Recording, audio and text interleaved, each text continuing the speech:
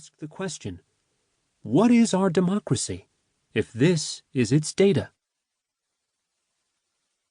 0. Stories in the data. There are stories in the data.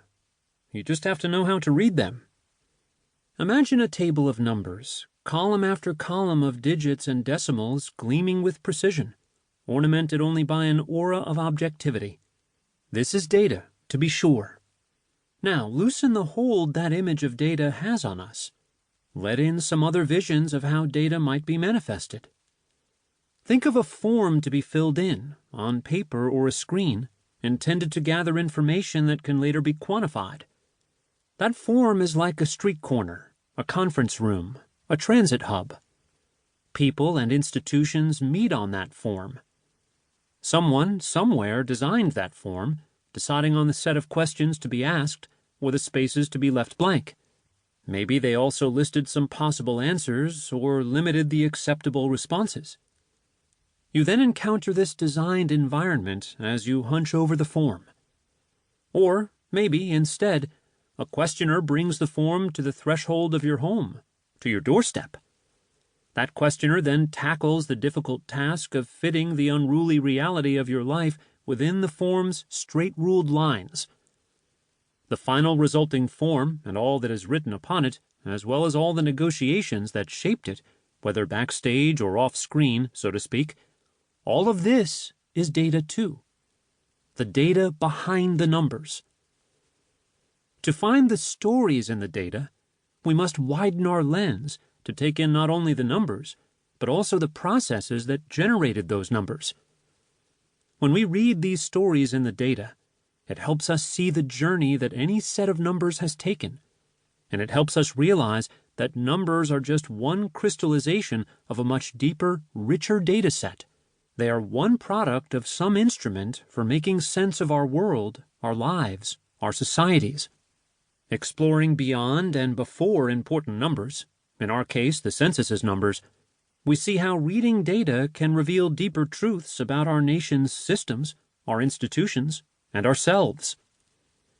I decided to write this book after I started thinking in a new way about an enormous and essential data set that would allow me to read deeply beyond the numbers.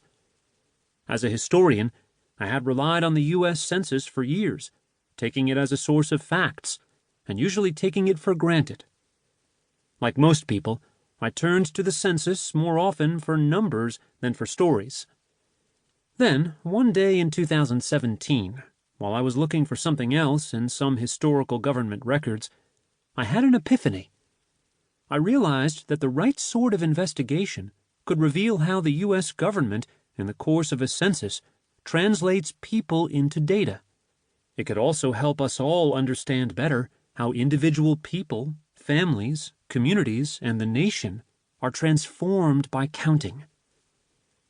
I believe in the census the way I believe in democracy, in part because in the United States, the census and democracy are intimately intertwined.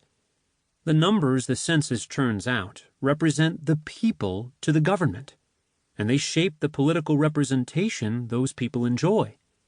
As long as the people to be counted have a significant say in what matters and how the numbers will be used, then the census overflows with democratic potential.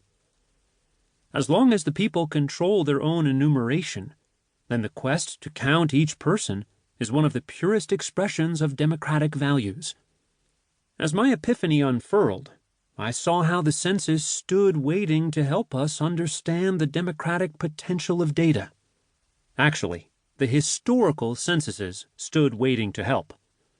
You see, the census holds its cards close to the vest, protecting fiercely for 72 years everything apart from its published results. Those results range from reports of each state's population to more specific tables showing local totals within a state, or numbers arranged by age or by income levels, or by a whole host of possible categories.